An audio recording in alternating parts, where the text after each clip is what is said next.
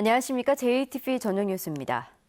전북은 오늘 완주 34.5도, 전주 33.7도 등 모든 지역이 30도를 웃돌았습니다. 전주와 익산, 정읍 등 9개 시군에는 폭염주의보가 내려졌습니다. 내일도 덥겠습니다. 아침 최저 기온은 20도에서 23도, 낮 최고 기온은 30도에서 34도로 오늘과 비슷하겠습니다. 금요일인 모레도 낮 기온이 33도까지 오를 것으로 보입니다. 전주기상지청은 이번 토요일과 일요일에 장맛비가 내리면서 더위가 한풀 꺾일 것으로 내다봤습니다. 전라북도가 4월 총선 과정에서 전주의 아파트 17곳에 보수 비용을 지원해 관권 선거 의혹이 일자 참여자치시민연대가 전라북도에 공개 사과를 촉구했습니다. 참여연대는 이번에 선거구가 바뀐 인후 3동 아파트 11곳에 지원이 집중되는 등 선거를 앞두고 전주 갑과 전주병 아파트 17곳에 2억 7천만 원의 보수 비용이 지원된 것은 관권 선거 의혹을 불러일으키기에 충분하다고 주장했습니다. 참여연대는 도지사와 지방의원이 같은 당 소속이라 오해를 불러올 수 있다며 전라북도의 재발 방지 대책도 요구했습니다. 소방 헬기에서 산소 공급이 제대로 안 돼 초등학생이 중태에 빠진 사건과 관련해 전북도의회가 전북소방본부의 장비 점검을 촉구했습니다. 전북도의회는 이번에 문제가 된 소방 헬기의 경우 전북이 아닌 중앙 119 구조본부 소속이지만 전라북도 소방 헬기도 장비가 오래돼 비슷한 사고가 재발될 우려가 크다며 낡은 정비를 서둘러 교체하라고 요구했습니다. 전라북도는 지난 1997년에 29억 원을 들여 중고로 구입한 소방 헬기가 너무 낡았다며 정부의 신형 헬기 구입 비용을 요청하기로 했습니다. 군산시 의원이 이장 선발 과정에 개입했다는 주장이 제기돼 논란이 일고 있습니다.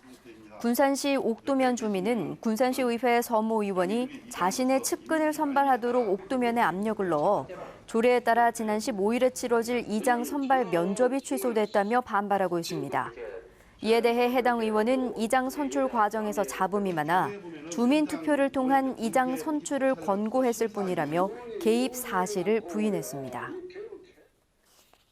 익산의 한 폐석산에 1급 발암물질이 불법 매립된 것과 관련해 익산시와 주민, 전문가들로 구성된 민관협의회가 구성됐습니다.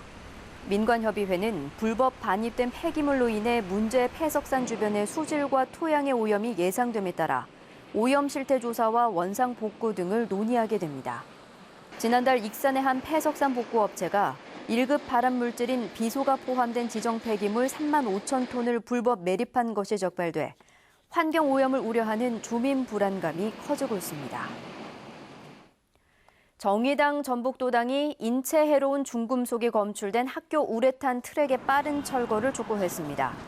정의당은 전북교육청이 예산 부족을 이유로 유해 물질이 기준치 이상으로 발견된 98개 학교 가운데 먼저 47곳을 철거하고 나머지 51곳의 철거를 내년 2월로 미루려 한다며 이는 아이들의 건강을 외면하는 교육행정이라고 비판했습니다.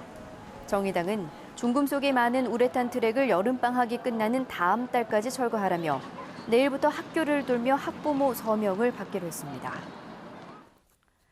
어려움을 겪고 있는 조선업의 경쟁력을 유지하기 위해 관련 기업의 경영 자금과 고용 유지금을 지원합니다. 전라북도는 조선업 관련 기업이 불황 여파를 극복할 수 있도록 경영 안정 자금과 고용 유지 지원금을 지원하고 조선업 일자리 희망센터를 운영해 실직자와 퇴직자의 재취업을 돕기로 했습니다. 또 조선업에 집중된 군산 지역의 산업을 다각화하고 대체 산업을 육성하기 위해 규제 프리존과 연계해 탄소와 농생명 산업을 발굴하기로 했습니다.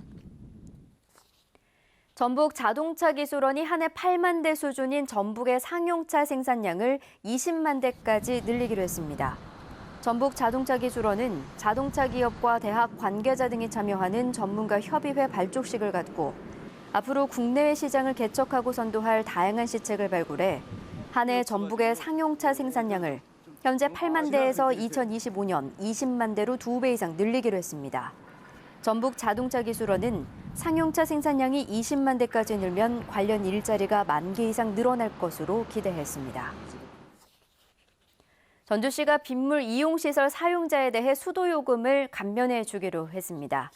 전주시는 빗물 이용시설 사용자가 수도요금 감면을 신청하면 현장 실사 등을 거쳐 최고 30%까지 요금을 깎아주기로 했습니다.